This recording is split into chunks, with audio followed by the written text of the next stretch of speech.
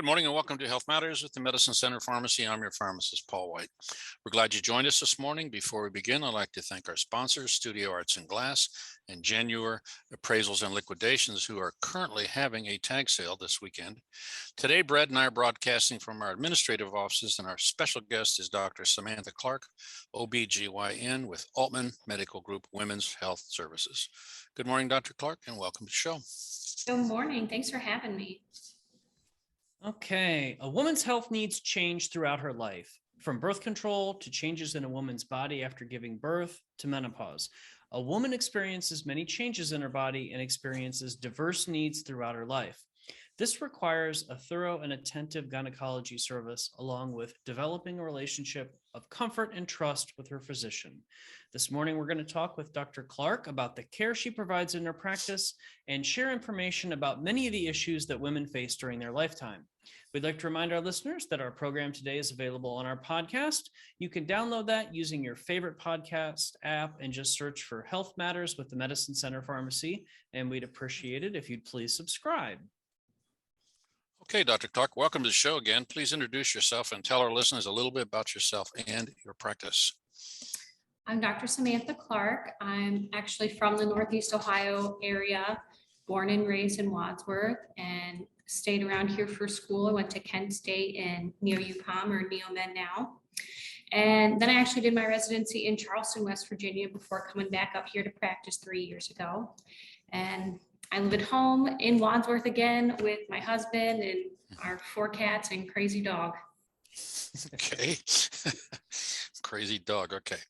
Do you treat women of all ages and conditions?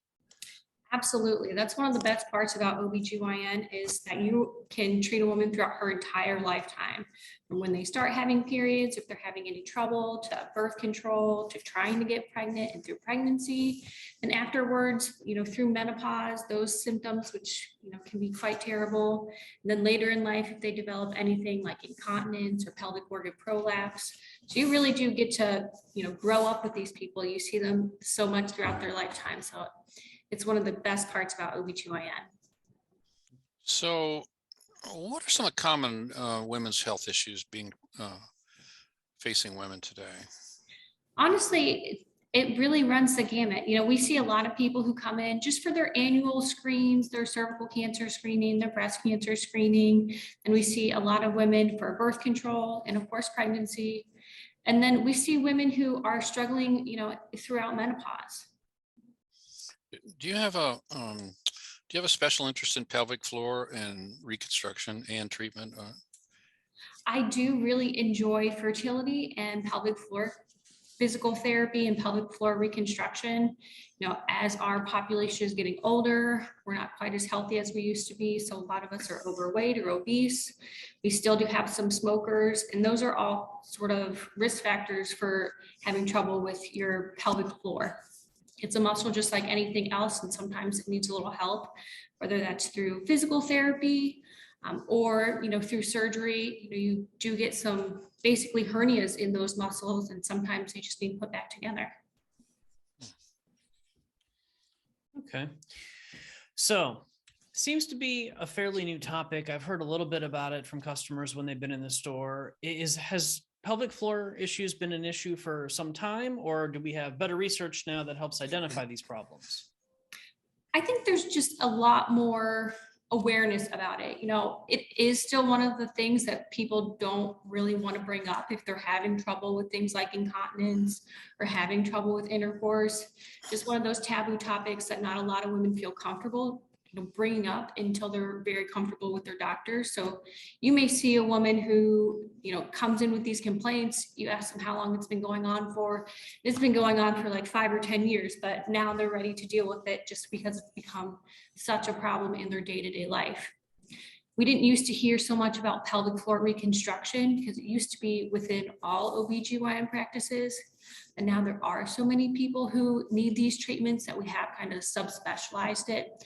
So there are some OBGYNs who are just urogynecologists who work just with pelvic floor reconstruction and incontinence. I'm really lucky that I trained at a place that they still did all of their pelvic floor things. So I'm pretty comfortable with everything except for urinary slings. I tend to pass those off or if someone has had a prior repair that's failed.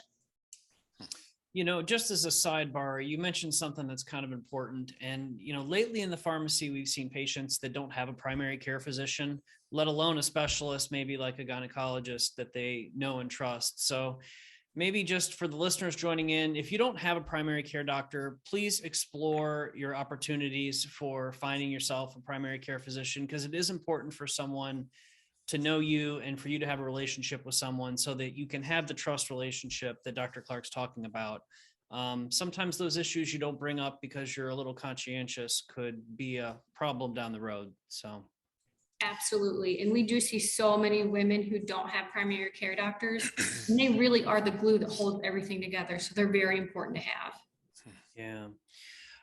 So treatment options, what, you mentioned a couple symptoms. How about, if a woman is maybe having problems with a pelvic floor issue, and maybe she didn't even know that's what it was called, what are your treatment options? And I'm guessing it's not something to be afraid of, but it's something that needs to be discussed with your physician. Absolutely. A lot of women will have pain, and a lot of times that is because the pelvic floor muscles are just really tight. That can happen with injuries, through intercourse, but most of the time it's through things like exercise or lifting. Everything sits on your pelvic floor. So if you're doing a lot of heavy lifting, then all of a sudden they're developing this pelvic pain that may come and go, may get worse. Certain activities may make it worse. You may benefit from something like pelvic floor therapy. And pelvic floor physical therapy, no one ever knows about, but anyone who does and has gone through it says that it really does work. It's the best. I know you talked to Darla last month about pelvic floor therapy, and we could fill up a pelvic floor therapist schedule in a day with the amount of things that they can help with. So besides pain, a lot of people will notice either trouble with bowel movements and urination, whether they feel like they're not emptying their bladder, or they feel like they're leaking with like coughing, laughing, sneezing, or having trouble with constipation. Pelvic floor therapy can really help with those things as well. And a lot of people think, is that really going to be worth it? Or am I still going to need surgery in the end? People who do pelvic floor therapy versus doing surgery, they actually have the same outcome. So you're just as likely to get better doing something less invasive like pelvic physical floor therapy than with surgery. But some people, either don't have time because that is a commitment, or would just feel better, going straight to surgery. We also do some surgeries to kind of put the pelvic layers back together. And sometimes we can place some slings if they're still having trouble with incontinence. There really are a lot of options. Well, it's exciting to hear that that surgery is not the only option. So I think that should help our listeners understand that there are other options out there. And again, it's that discussion with your physician. So don't put off an important conversation that you probably could make some interventions that could make you a lot more comfortable and enjoy your quality of life better. Absolutely.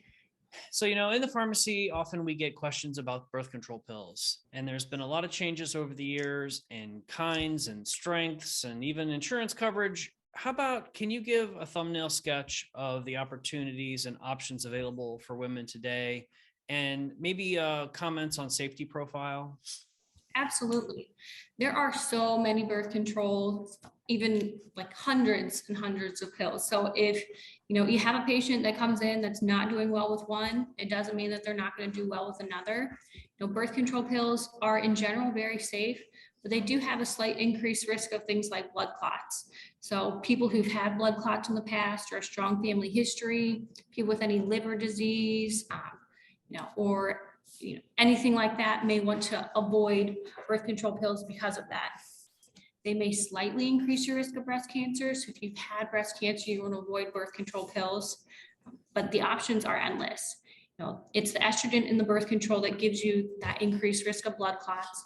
That's the same thing with the patch that you wear weekly for 3 weeks, or the vaginal ring that you place internally for 3 weeks. Other birth control pill options, or just birth control options that are a little bit safer, are things that just have progesterone in them. Progesterone is really what makes birth control birth control. The estrogen is really just used for those great side effects of the regular periods, decreased acne, but really you just need progesterone if you're looking for typical birth control. And you can do that through a birth control pill that's just progesterone, although they are a little bit less effective, anywhere between 88 and 93% effective, because you really have to take it at the same time every day. If you're off by more than 2 hours, you need to use a backup birth control for 2 to 3 days. And that is very hard for anyone to take a medication at the exact same time every day. So for a lot of women, that's just not, something that they're going to be able to do. But there are other great progesterone only options that are the most effective. And that is the Nexplanon, which is the little rod that goes in your arm. That lasts for 3 years, and it's actually the most effective birth control. It's even more effective than getting your tubes tied or having a partner with a vasectomy. So just because you can't have estrogen doesn't mean you can't have a reliable form of birth control. Other forms of progesterone-only birth control are like the IUDs that go inside the uterus. Those can last anywhere between 3 and 7 years. And there's even an IUD that doesn't have any hormones at all, if that's something that you're looking for. And some women are. That's a copper IUD, and it can last for 10 years. Copper is spermicidal, so that's how that one works, other than just being a barrier to implantation. And a lot of people like that, except it's going to make your periods a little bit heavier and crampier, especially in the first couple months. So if you're having heavy periods already, that's probably not a great option for you, especially considering that normal IUDs make your periods very light. Some people don't have one at all, which everyone really enjoys when you're that lucky person. I think we'll take a break here. You're listening to Health Matters with the Medicine Center Pharmacy. Welcome back to Health Matters with the Medicine Center Pharmacy. Flu vaccine along with Moderna and Janssen COVID vaccine are available. Please stop by any of our stores to get vaccinated. No appointment is necessary. That's one of the most interesting discussions or talk about birth control products in a long time. I started in the prescription drug business way back in the 60s, and there was only 1 or 2 products, oral contraceptives, available at that time. And gosh, how far that's advanced. It's amazing. Absolutely. So what about IUDs? Is this better, safer than form of birth control? It is definitely more effective than the pill, like the Nexplanon or the rod that goes in your arm. It's over 99% effective. So if you're looking for something that's effective and long-term, they're great. They do make your periods lighter, which a lot of people like if you're using the progesterone ones. And they last anywhere from 3 to 10 years. You don't have to keep it in that long, but you can. The really only thing that you don't want to use an IUD is if you have any active pelvic infections, or if you have like a known uterine abnormality. So if your uterus is a different shape or has a septum in it, an IUD is just not going to sit right in there. It can cause more cramping and more spotting.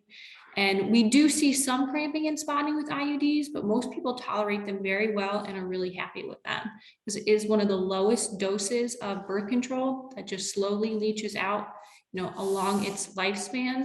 So it really is safe and effective for women. Seems to me that in the early days of those, that some of them were expelled or could be expelled. Is that correct? They can be expelled, and that's most likely to happen with your first period after insertion, or if you had it placed right after delivery, before that uterus has time to come back down to its regular size. So if you have it placed after delivery, you want to have it checked at your 2-week checkup and your 6-week checkup. And once you have an IUD placed, it should be, checked in at least 6 weeks to make sure that it's still in the right spot and it hasn't fallen out. Okay. So we talked about this, I think, a little bit earlier. What about the available shot now for birth control? Yeah, the shot is great. It lasts about 3 months. So every 12 to 14 weeks, you either go to the pharmacy or go to your doctor's office and they'll give you this shot. It's only progesterone, so it doesn't have that risk of, things like blood clots. The downside to the progesterone is because it's a shot a lot all at once. Sometimes you notice more of the side effects from progesterone, which can be things like headaches or increased appetite. It's not going to make you gain weight, but it can make you hungry, because it's the same hormone that you get when you're pregnant to kind of make you eat more. So some people do notice about an average of 5 pounds over a year, which isn't a lot, but if you're already struggling with your weight, you obviously don't want to add something that can make that worse. You know, I think of another shot. I mean, right now we're in this period where we're getting 3 and 4 injections, and we got 3 coronas, 1 flu. What's next here? And 1 birth control shot. What's coming? What else is coming? Who knows? They come up with something new every year, but we'll see. Okay. I guess the good thing about all the corona, they don't hurt, it's a fluid, and it doesn't make a big bolus under your skin and all that kind of stuff, so anyway, okay. How about fertility issues? Do you have patients come to see you for these issues? Absolutely. We're usually the first people that they see if they're having trouble getting pregnant. And sometimes, people do come in before they start trying and just want to know what they should be doing and how long they can expect it to take. I think a lot of people just aren't aware that humans are actually really bad at reproduction, even though it doesn't seem like it. It can take up to a year for a normal couple to get pregnant, and that's totally fine. Definitely acceptable within the range. But about 15% of couples can't get pregnant. 40% of the time it's because there's an issue with the woman. 40% of the time it's because there's an issue with the man. And the rest of the time it's because there's an issue with both of them. And that can be a lot and very stressful and emotional for people to go through. So when they come to you saying that they're struggling, usually they've been trying for well over a year and just really want to know what they can do to make it better. Why is this not happening? And anything you can do to help them, kind of reassure them, is great for the patient and great for you. Several years ago, the big fertility drug was Clomid, and I don't, is that still being used very much? Or? Absolutely. We still use Clomid, especially for people that we don't know why they're not getting pregnant. They've had the workup, everything looks normal on both sides. Normally we check to make sure that her hormones are normal, her uterus is normal, and that her tubes are open. And for men, we check them to make sure that their sperm are normal in amounts and movement and shape. So if all of those things are normal, a lot of times we'll use Clomid so that she ovulates more than 1 egg a month. That really just gives his sperm more targets to shoot at. One of the newer medications is Letrozole, which we typically use in place of Clomid for people who have things like polycystic ovarian syndrome, or if Clomid just didn't work for them. So I'm hearing multiple births sometimes with these products. In fact, I knew of a case where she had triplets. So what's the deal? Absolutely, that can happen. It is one of the risk factors of using these medications, but still it's actually pretty low. Anywhere between 3 and 8% of people who are using those ovulation medications can end up with twins. Less than 1% of the time you're going to end up with higher multiples like triplets. But that's a big deal. Those pregnancies are a lot more high risk than just a singleton pregnancy, and there's really no way to control that except for to use the lowest dose possible to get you where you want to go.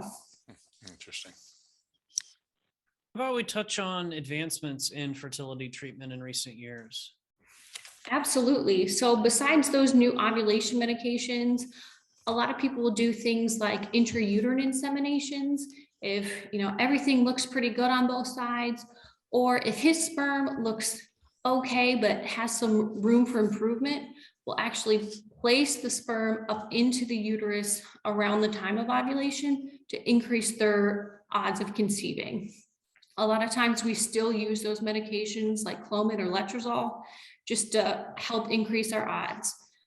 Besides things like intrauterine insemination, if those things aren't working, or if it shows that there is more serious sperm issue, or if her tubes aren't open, we can use things like in vitro fertilization.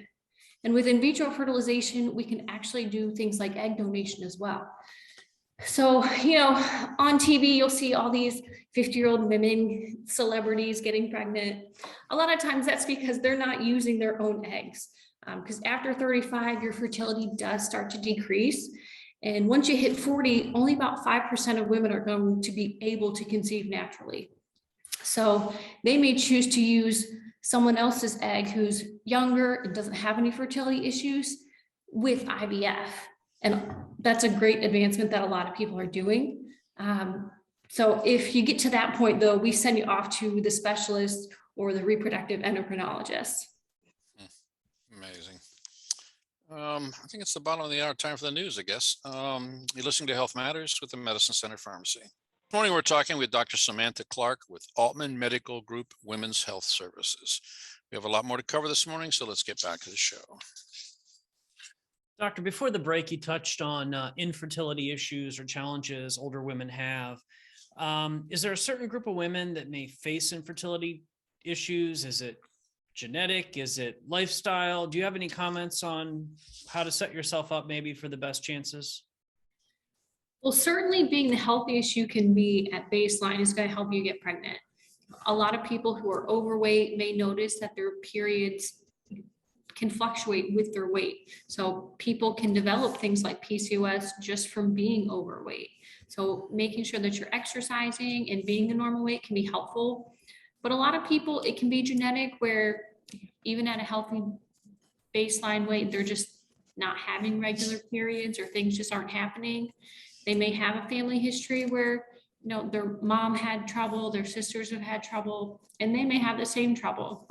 But I think typically we see women who, you know, have pushed back their childbearing for their careers and their schooling. So we do see a lot more people in their 30s and 40s trying to get pregnant, and really over 35. You say if it's taken more than 6 months, you really want to do some sort of workup, just because it's going to get harder and harder the older that you get. And that's really the population that we probably see the most with having trouble. You know, we frequently get questions in the pharmacy, well, I know we're going to get to this later, but we do quite a bit with men's and women's custom compounding for hormones. And we often get younger women who come in that have done some education and done some research, and they want to set themselves up for success for childbearing. And, they have good questions about nutrition and folic acid and some of the basic core vitamins. What do you talk with about your patients who are trying to set up their healthy lifestyle to be ready for a child and not have it be a surprise when they get pregnant? Absolutely. We actually don't see that many people who come in before pregnancy, but we love to see them because there are a lot of things that they can do to help get the healthiest pregnancy that they can the quickest. The number one thing to do is quit smoking if you're a smoker, decrease the amount of alcohol that you're using, especially once you start trying, and having things like a prenatal vitamin on board for at least 3 months before you start trying. That folic acid is really important to help decrease the risk of neural tube defects like spina bifida, and having that 3 months beforehand can also decrease the nausea and vomiting associated with early pregnancy. So it really is something that can give you some long-term gains just by using it a little bit earlier than typically they would expect. Any comments? I know we touched on, using some fertility enhancing tools and maybe having twins or other surprises. Any comments on how common that is, or is it maybe overdone as far as the risk? Yeah, as our fertility specialists have gotten better and better about things like IVF and only transferring 1 or 2 embryos, we actually do see a lot less twins than we were. But as women get older, they are at an increased risk of twins just naturally. So, we do see an increase of natural twins, and there still is about a 5% chance of twins with using fertility treatments. Okay. Women don't seem to be having as many children as they used to have in the past. Why is that? It can't be medical, I wouldn't think, because of all the improvements. Is that just lifestyle? I mean, you have to hear this, I'm sure.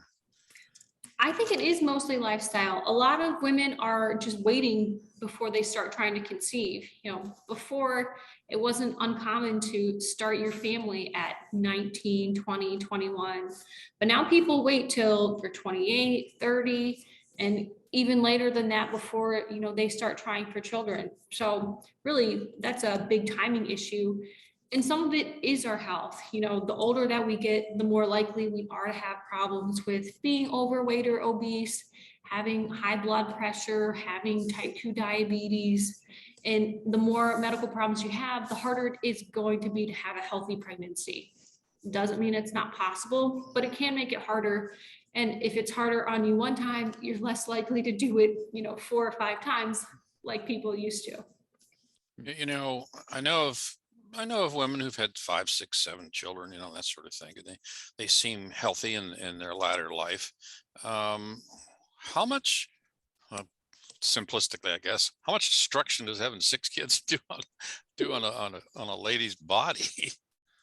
Well, I've had some women who have 10, 11 children, and it's possible, but you do run into those things like pelvic organ prolapse.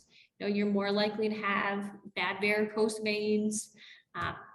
Other than that, I just think it's a miracle that they're still up and walking with that many kids driving you that crazy. Because I think the mental health issue is probably the highest, concern that I would have. I don't know. So there are some people that I know that are very comfortable with, the children. They got multiple grandchildren, great grandchildren, and 100 relatives in their family or something. And then these people seem, happy. So They do, and they love it, and good for them. I just don't think I could do, not for you, eh? not a whole basketball team. It seems like a lot. I can't imagine 5 or 6 girls in a family or something like that. Yes, and we do still see those patients, but Yeah. it gets more and more expensive and harder to get around. I guess. Well, a sports thing, there's more of female sports in the high schools. There never used to be anything more than a couple items, but now they're doing everything. So you got to get them here, you got to get them there. You got to pick them up, you got to take them. It's just crazy. So Yeah, if you've got a couple of kids and after school sports, you're not doing anything but traveling back and forth. Okay. Okay. How about high risk pregnancy? With medical advances, it seems like women pretty much of any age can have children. True, false? Well, like we talked a little bit about before, that is true to an extent. Using things like sperm donation or egg donation really allows women who previously couldn't get pregnant or wouldn't have been able to because of their age or medical conditions to be able to get pregnant. And that does, have risks with the pregnancy. You are more likely to have things like dangerous blood pressure, gestational diabetes, preterm birth. So it's not without risk, but it does happen. Thankfully, we have high-risk doctors who can take care of these high-risk women and get them as healthy as they can and have the best pregnancy and outcomes they can. How common is gestational? Oh gosh, it gets more and more common. Probably at least 15% of women have gestational diabetes. And if you're at a really high risk, we actually screen you twice for gestational diabetes, in the beginning of the 2nd trimester and in the beginning of the 3rd trimester. Because if you end up with undiagnosed gestational diabetes, you're going to end up with trouble with baby, with blood sugars, having a very large baby, which isn't very fun for anyone. And you are at a higher risk for, those blood pressure problems, having a C-section. So we definitely, want to get control of that as early as we can. Several years ago, we started a program with people with diabetes where we give them a free meter and a free box of strips and as a starter package. And then the strips that we sell are very, very inexpensive. And we've shown that this has really made a big difference in the amount of testing people have done. And I don't know how often, excuse me, I don't know how often you tell a patient with gestational diabetes to test, times per day. What is the scoop there?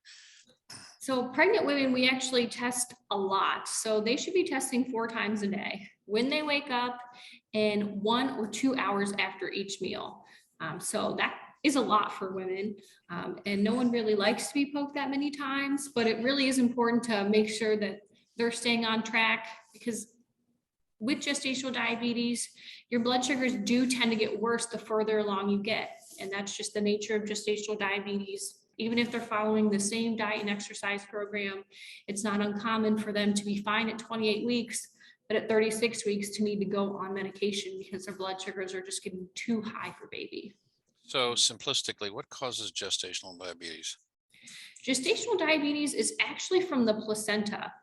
There is a hormone called human placental lactogen, which makes you, less likely to tolerate glucose. When I got into the prescription drug business, again, I'm going to mention this. I don't think we knew anything about it in the 60s, did we? I mean, historically, can you look back that far? Or I know you're not that old, but I don't remember any talk about that way back, Yeah, you just had big babies. But women were also a lot healthier then. We didn't have the rates of hypertension and obesity like we do now. And that is really what is driving the gestational diabetes train, is that most people are probably borderline diabetic or pre-diabetic, when they're getting pregnant now, and pregnancy is just enough to push them over into the diabetes range. What kind of food are we talking here? I can't even imagine everybody's consuming. Well, we see a lot more refined sugars. The drive-through window, I know. Absolutely. I think throughout the pandemic, we've all been a little guilty about, going out to eat more, hitting those drive-throughs, something quick and easy. And quick and easy, is great in the short term, but not so great in the long term. It really is amazing the amount of food consumed at those drive-through windows. I can't believe it. Okay. But anyway, okay. Our final break is here. You're listening to Health Matters with the Medicine Center Pharmacy. Welcome back to Health Matters. This morning, we're talking with Dr. Samantha Clark from Aultman Medical Group Women's Health Services. And we're having a very interesting discussion. So I think we are on this question. As women age, hormones are often used for treatment. Can you comment on that? Absolutely. So when we hit that perimenopausal, menopausal age, usually those symptoms start anywhere between 35 and 45, and the average age of menopause is 52 and a half. We start to get some bothersome symptoms, and for most women, those symptoms are going to last for just a couple of years, but for some women, it's going to be 10 plus years and can be very bothersome. Those are things like hot flashes, trouble sleeping, vaginal dryness, decreased sex drive, mood changes, weight gain. So a lot of not fun things that people come in with complaints of that are looking for some help. Now, because of these symptoms being hormonal, because we're not getting that same estrogen from our ovaries being produced, a lot of times we'll use just hormones to kind of give that back to women. That does have some risk, but they're pretty low doses. But things like heart attacks, strokes, and blood clots do happen on hormone replacement therapy. So it is a risk that we need to talk to women about. There are other non-hormonal options that we can use as well. Things that typically we're used for like blood pressure or anxiety and depression can also be used for some of those mood changes and hot flashes. If women are just having vaginal symptoms of like the vaginal dryness and pain with intercourse, we can use things that are just vaginal creams, which have less of that risk with blood clots, or even non-hormonal things, just like over-the-counter lubricants. And some people are trying to avoid hormones or medications at all, and will do supplements like soy or black cohosh, vitamin E. And some of those people, really do notice a difference with that. Other people will just do some lifestyle changes. Wearing layers can be helpful for people with hot flashes, sleeping in a cooler environment, exercise, meditation. All of those things can be really helpful for some of this menopausal transition that women go through. How about we touch on what role bioidentical hormones play in your practice? Absolutely. I think this is a question that a lot of women come in with, is if they should do bioidentical hormones. And really, it doesn't matter if you're doing traditional hormone replacement therapy or bioidentical therapy, the safety profile is the same. You're going to be at risk of things like blood clots if you're using any estrogen or testosterone. So I think women do get confused because they think bioidentical, it's natural, it's going to be safer.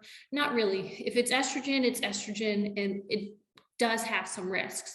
Now, most of the time, we'll go to a compounding pharmacy for women who have, any allergies to any of the, non-hormonal agents in those medications and need it compounded without that.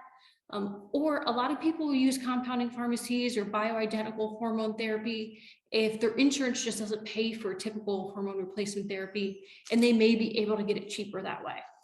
So I don't necessarily think bioidentical hormones are any better or worse than typical hormone replacement therapy, but women, who are passionate about it will stick with those, and that's okay.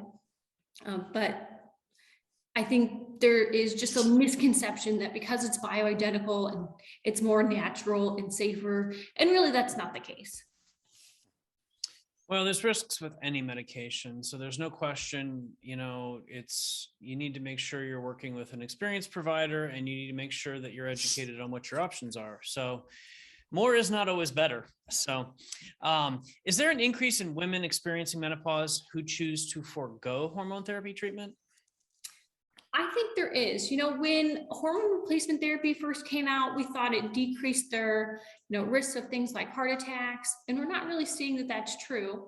But there is a small increased risk of things like strokes and blood clots, and even a small increased risk of breast cancer. And I think that frightens a lot of women. At baseline, there's about a 12% risk that a woman develops breast cancer over their lifetime. Being on hormone replacement therapy, there's about 8 extra cases in 10,000 women on hormone replacement therapy. That's not a lot, but if you're one of those 8 women, you're kind of kicking yourself for being on hormone replacement therapy. Sometimes it's hard too, because you touched earlier in the program on lifestyle choices. So maybe birth control is a solution for you, maybe hormone replacement therapy is a solution for you. But if you are on the obese side or you're a smoker, you're magnifying your risks of having some of those side effects too. So it kind of all does work together. So that's, I think, important to touch on. Why don't we touch on also how listeners can get in touch with you and your practice, and do they need a referral? How about you give your elevator speech of how people can reach you and the best way to get their primary care OBGYN if they don't have one? Absolutely. Well, they don't need a referral. They can just call our office. Our main line for appointments is 330-684-4797. We have offices in Oroville, at the Aultman Oroville Hospital in the Smuckers wing. And we have a new location in Massillon at Aultman West in the physician's office building, Suite 110, that we share with general surgery. And then we have a new office in Doylestown as well on Collier Drive. It's right off of 585. It's super easy to get to, and we accept same day and next day appointments. So if you don't have an OBGYN or you're having trouble getting into yours and want to try something new, we'd be happy to see you. How many doctors are in your department? There are 3 physicians and 1 nurse practitioner and 1 midwife. So are you making hospital calls for delivering babies still? Yes, we still take call. So I'm on call today. So if anyone goes into labor, that's where I'm headed. We got about 3 more minutes of the show, so don't leave yet. Well, thankfully no one's in labor right now. So you're tied down. Okay. We have had that happen before. Absolutely. Babies wait for no one. No. So how about, we do have a couple minutes left. Do you have any parting comments for women that may have ambivalence about seeking care, or maybe you're struggling with a problem and they're not sure if they should bring it up to their provider? What comfort can you give our listeners to seek out care and make the best choices for their body? You absolutely should be going to the gynecologist once a year, even if you think you don't need it anymore. If you don't have a uterus, you still need things checked, you still need a breast exam. Now, some primary care doctors will do that, but if they're not doing breast and pelvic exams, you need to find an OBGYN so we can keep you the healthiest that you can be, because other problems do arise other than cervical cancer. So we really want to see it every year. And with the pandemic, a lot of women have put off some of their annual screening, and it's really important to get back in there because we want to catch these problems when they're small and easily treated. You don't want to wait for something before you start having symptoms and it really becomes a problem. If you are having symptoms of something, don't be afraid to bring it up, and bring it up right away. As soon as you get there, that way we can spend the amount of time that's necessary to get you where you want to go. People who've had problems for years, sometimes are looking for a quick fix. And unfortunately, that's not going to work if you've had a problem for years. Everyone is unique and everyone's different. So it can take us time to figure out what's going to work best for you for any of your problems. And just coming in to see us is the most important thing to get you through that. Interesting. Any parting words today? No, thank you so much for having me. And, if you have any female relatives that would like to come see us, we'd be happy to take care of them. And thank you so much. Now, are you mostly in Canton, at Aultman, Canton? We are mostly in Aultman, Oroville. Okay. So most of the time I'm in like Massillon, Oroville area. Okay. And do you offer a full day at each one of the locations, or? Yes. So usually on Mondays, I work a half day, but I'm usually in Oroville. Tuesdays and Thursdays, I'm all day in Massillon. Then Wednesdays, I'm all day in Doylestown. Gee, you ought to have a limo driver. It's easy to keep track of once you get the schedule. Get all these places. Crazy. Well, okay. Phone number again to get a hold of you. 330-684-4797. Give us a call. We'd be happy to take care of you. Okay. Thank you so much for being on the show today. It was very interesting. Okay. Thank you. Thank you. Take care.